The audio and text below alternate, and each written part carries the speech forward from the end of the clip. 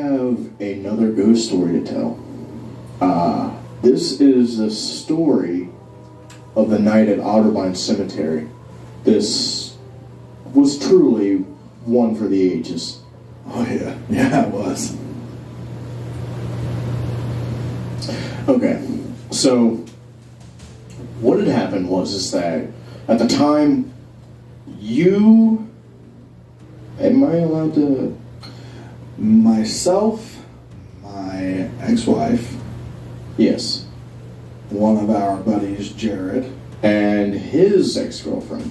yeah, now his ex-girlfriend, and then you. And then me. I was basically, basically the director, the coordinator of how every night of one of these took place. Yeah, you were the head honcho.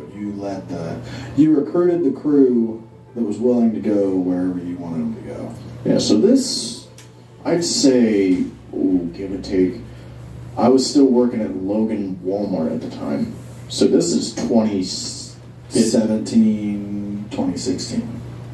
Yeah, in that time frame. right around those 2 years. Yeah, because I don't think my second daughter was born yet. No. So.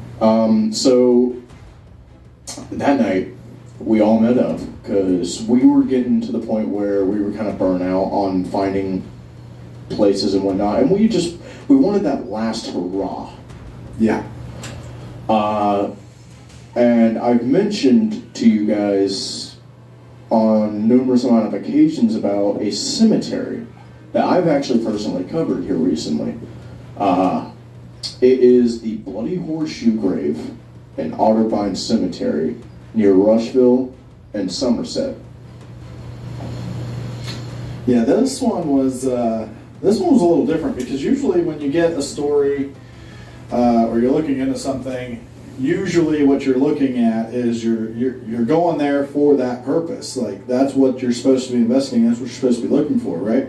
Yeah. Well, we got out there and we looked at that and we didn't really get a whole lot from the Bloody Horseshoe Grave. Yes. But we start walking back towards the car and we decide, we're gonna play a little prank on the girls. And we get through with that, and then we're all standing by the cars and stuff, and my ex-wife starts freaking the hell out. And she wants to leave. Like, she wants to go now. Now, at this point, I'm actually in the deepest corner of the cemetery, exactly where this caged-off gravestone is with a bloody horseshoe imprint on it. And all of a sudden, I hear both Regine and Katie just blood-curdle scream. Like they just seen something that they never ever wanted to see again. Yeah. And then, obviously at this point, I'm trying to figure out what the hell she saw.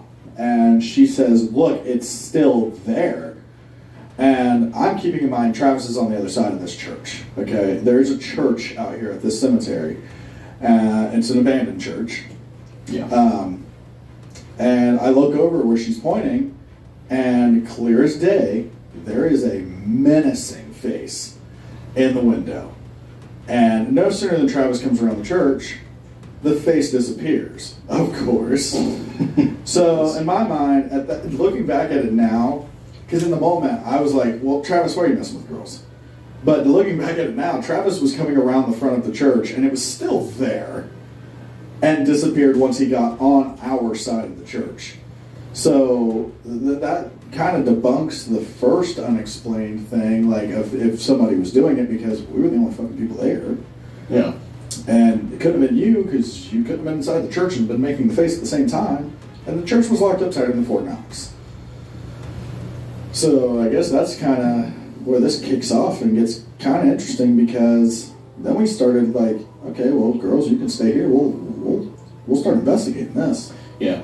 Which both you and Jared have something in common when it comes to this type of stuff. You both have the stubbornness.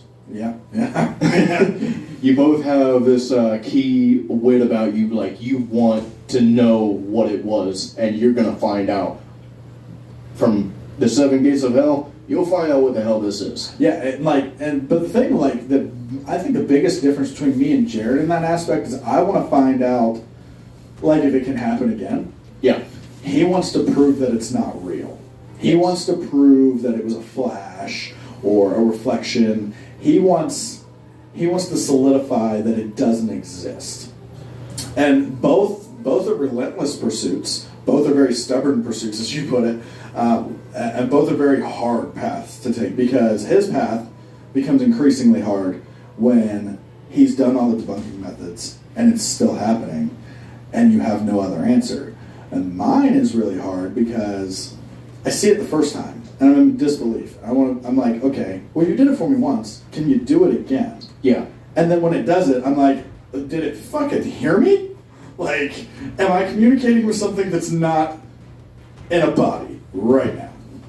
It's a very cooperative, and I can't remember how Zach Bagans pronounces it, but he says that it's a very intelligent spirit. Yeah, it's an intellectual experience, to say the least. And in a different way, though. Like, it's intellectual enough with you to interact with you, Yes. but on its terms.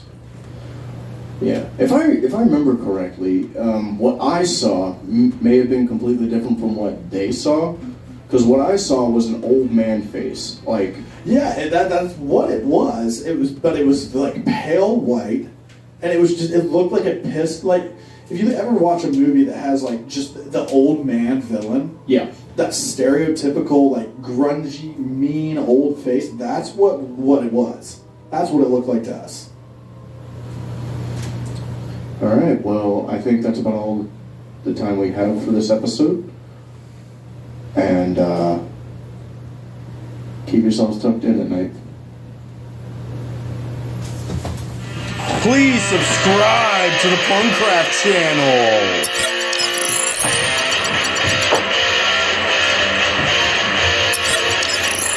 Please hit that notification bell.